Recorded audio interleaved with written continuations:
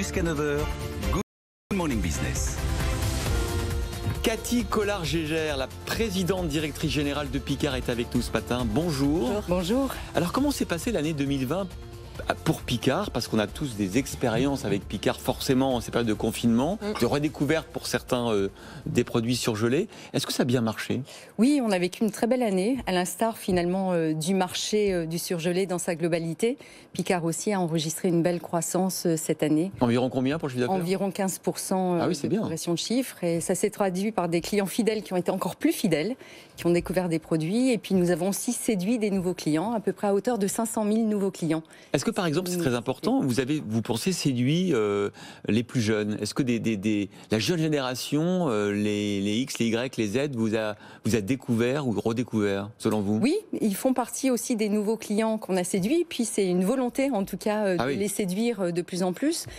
Et vous avez raison, ils ont des attentes extrêmement différentes, finalement, de l'ancienne génération. Ils sont peut-être plus sensibles au mieux manger.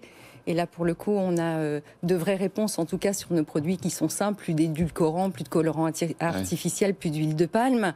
Ils sont aussi sensibles à la protection de l'environnement. Donc là aussi, quand on a des produits cueillis de saison, qu'on peut consommer en toute saison, l'avantage des surgelés, ou quand les surgelés sont effectivement revendiquent l'anti-gaspi. Ouais.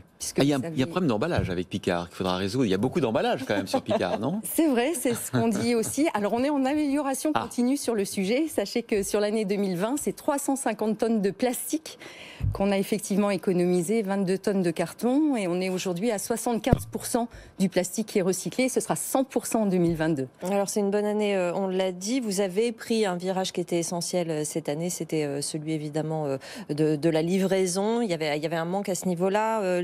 Toute la surface du territoire est couverte. Désormais, vous avez fait un partenariat avec Deliveroo. Vous avez vraiment, vous êtes passé à la vitesse supérieure, quoi.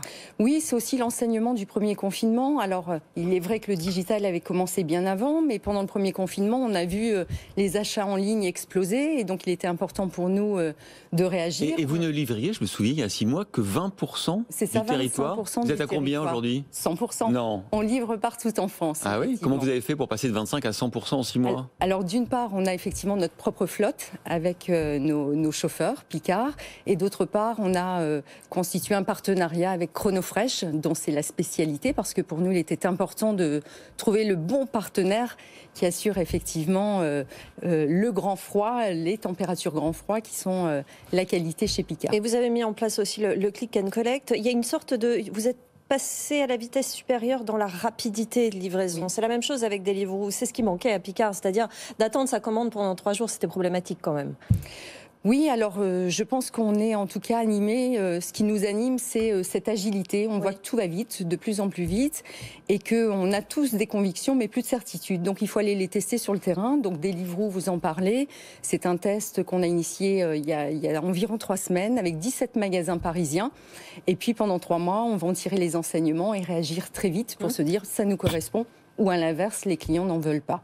Vous avez aussi un prestataire qui délivre les produits frais en respectant la chaîne du froid, j'imagine, en plus de vos propres camions. Oui, Chronofresh. Chronofresh. Voilà, Chronofresh qui est effectivement dont c'est la spécialité. Alors vous êtes arrivé il y a 8 mois à la tête de l'entreprise avec une feuille de route assez ambitieuse. Alors est-ce que, je vois par exemple, vous voulez passer de 1,5 milliard d'euros de chiffre d'affaires à 2 milliards d'ici 5 ans, c'est une belle progression. Est-ce que c'est la famille Zouari qui est rentrée au capital qui met une telle pression? Alors c'est une pression positive pour le coup.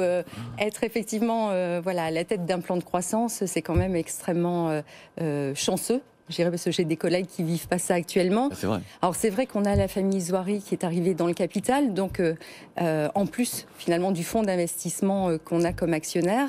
Donc ce qui est intéressant, c'est que c'est une famille d'entrepreneurs avec laquelle on partage effectivement la passion du commerce et spécialistes aussi du commerce de proximité.